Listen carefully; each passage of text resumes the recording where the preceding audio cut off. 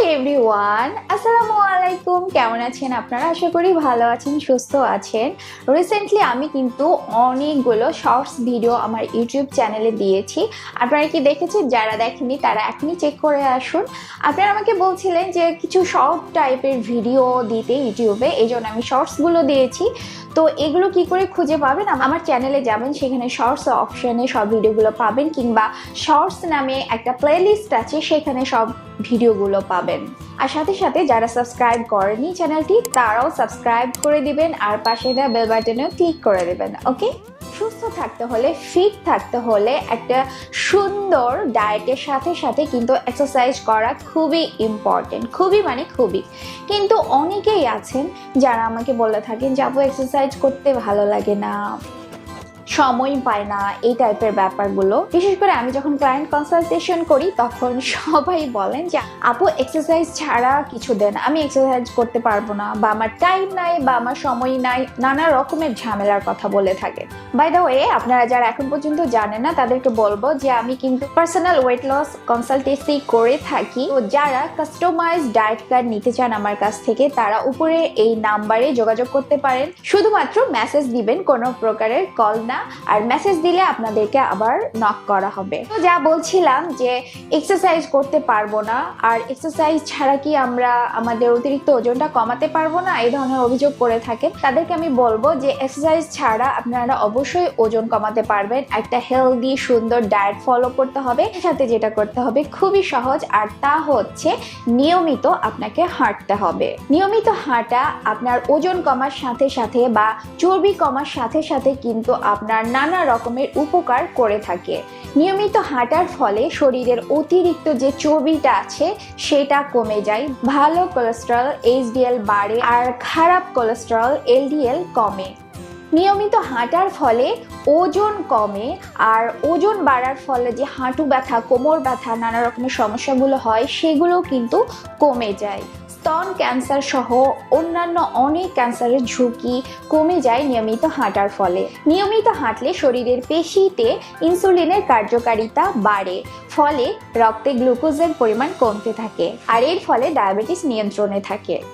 উচ্চ রক্তচাপ, হৃদরোগ ও মস্তিষ্কে রক্তক্ষরণের ঝুঁকি কমাতেও প্রতিদিন হাঁটতে পারেন। করোনারি ধমনীতে ব্লক থাকলেও নিয়মিত হাঁটার কারণে আশপাশের ছোট রক্তনালীতে রক্ত সরবরাহ বাড়ে, ফলে হৃদরোগের ঝুঁকি কমে।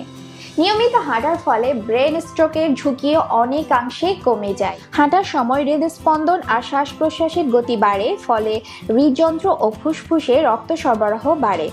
যারা নিয়মিত হাঁটেন তাদের অস্টিওপোরোসিস কম হয়।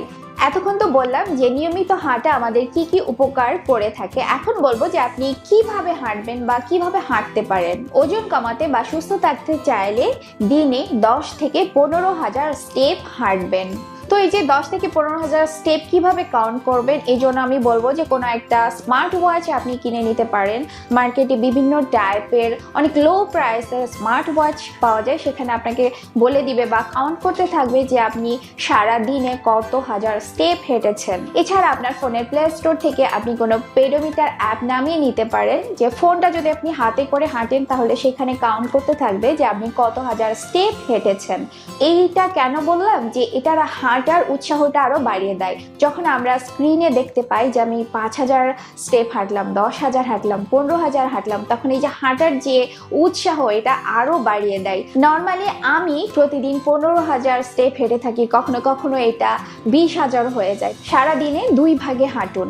ধরুন একই সাথে হয়তো 40 মিনিট বা 1 ঘন্টা হাঁটতে ভালো লাগছে না, তো এই হাঁটার সময়টাকে আপনি ভাগ করে নেবেন। কোনো কিছু জোর করে করা ঠিক না। যেমন সকালে হয়তো আপনি 20 মিনিট হাঁটবেন, বিকেলবেলা 20 মিনিট হাঁটবেন, বা সকালে 30 মিনিট হাঁটবেন, বিকেলে 30 মিনিট হাঁটবেন, বা সন্ধ্যার পরে 30 মিনিট হাঁটবেন। এভাবে যদি আপনি ভাগ করে ফেলেন তাহলে আপনার হাঁটতে ভালো লাগবে।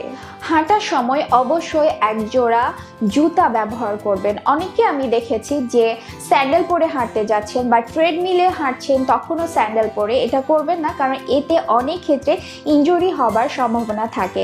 যখন আপনি হাঁটবেন তখন একজোড়া জুতা ব্যবহার করবেন, আর চেষ্টা করবেন একটু জোরে জোরে হাঁটার। খুব আস্তে না হেঁটে একটু জোরে জোরে হাঁটলে সেটা আপনার জন্য ভালো, কারণ এ সময় আপনার হার্টবিট বাড়বে, ফলে রক্ত সঞ্চালনটা বৃদ্ধি পাবে।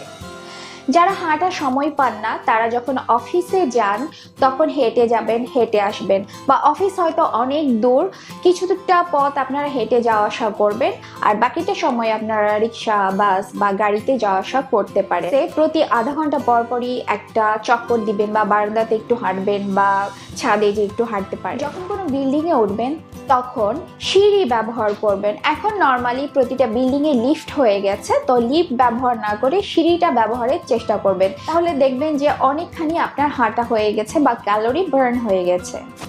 যখন আপনি হাঁটবেন বা হাঁটতে যাবেন তার আগে গ্রিন টি খেয়ে নেবেন, কারণ গ্রিন টি মেটাবলিজম বৃদ্ধি করে।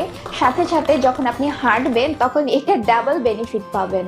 অনেকেই আছেন যে হাঁটার সময় কুঁজো হয়ে হাঁটেন, এটা করবেন না। চেষ্টা করবেন স্ট্রেট হয়ে হাঁটার, এটা আপনার পোস্টার ঠিক করবে। প্রতিবার খাওয়ার পরে চেষ্টা করবেন 5 থেকে 10 মিনিটের একটা ওয়াক দিতে বা হাঁটা দিতে। এটা আপনি রুমের মধ্যে হাঁটতে পারেন, বাসার মধ্যে হাঁটতে পারেন, যে কোনো জায়গায় হাঁটতে পারেন। এর ফলে আপনার ডাইজেশন ভালো হবে।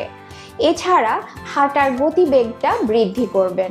আপনারা যারা হাঁটেন তারা সারাদিনে কে কত হাজার স্টেপ হাঁটছেন তা কিন্তু আমাকে কমেন্ট করে জানাবেন। আর একটা মজার ব্যাপার হলো হাঁটাটাকে নিজের ভালো লাগার মধ্যে নিয়ে আসতে হবে। অনেকে বোর হয়ে যান যে ভালো লাগে না হাঁটতে, তাদেরকে আমি সবসময় পরামর্শ দিই যে হাঁটার সময় আপনারা হেডফোন ব্যবহার করতে পারেন। ব্লুটুথ হেডফোন সবচাইতে ভালো হয়, কারণ এখানে ফোন ধরে থাকা ঝামেলাটা থাকে না। হাঁটার সময় আপনারা সুন্দর সুন্দর গান শুনতে পারেন আপনাদের পছন্দ মতো, কিংবা অনেকে বিভিন্ন রকমের ইসলামী ওয়াজ শুনতে পছন্দ করেন, সেগুলো শুনতে পারেন। আপনাদের পছন্দ মতো যা কিছু ভালো লাগে সেগুলো শুনতে পারেন, কিংবা কোনো কিছু না পেলে আমার ভিডিওগুলো শুনতে পারেন, মানে অডিওটা শুনতে পারেন। এভাবে আমি আপনাদেরকে কিছুটা হলেও মোটিভেট করতে পারি। যদি সম্ভব হয় তাহলে আপনারা বাসাতে একটা ট্রেডমিল কিনে নিতে পারেন। এখন তো মার্কেটে বিভিন্ন ধরনের ট্রেডমিল পাওয়া যায়। আমি নর্মালি ট্রেডমিলে হেঁটে থাকি, যখনই সময় পাবেন তখনই হাঁটতে পারেন। ট্রেডমিলে হাঁটার সময় প্রথম 5 মিনিট হয়তো একটু আস্তে হাঁটলেন, তারপরে 2 মিনিট একটু দৌড়াবেন বা যতটুকু সম্ভব দ্রুত হাঁটা বা দৌড়ানো যায়, তারপর আবার স্লো হাঁটবেন, তারপরে আবার একটু দ্রুত হাঁটার চেষ্টা করবেন। আর হাঁটার সাথে সাথে জাস্ট হেলদি খাবারগুলো খাবেন, তাহলেই দেখবেন যে আপনি খুব ভালো আছেন। ওভারওয়েট ব্যাপারটা, ওভারওয়েট তো মহামারী আকারে দেখা দিয়েছে, এই জিনিসটা নয়। আমি যখন পার্সোনালি ক্লায়েন্টগুলো ডিল করি তখন বুঝি যে আসলে ওজন বাড়ার সমস্যাটা কত বড় একটা সমস্যা। তো আশা করি আজকের এই ভিডিওটা আপনাদের ভালো লেগেছে। কেমন লেগেছে এটা কমেন্ট করে জানাবেন, আর ভিডিওতে একটা লাইক দিয়ে দিবেন, শেয়ার করে দিবেন। তাহলে আজকের ভিডিওটি এখানেই শেষ করছি। ভালো থাকবেন, সুস্থ থাকবেন। আল্লাহ হাফেজ।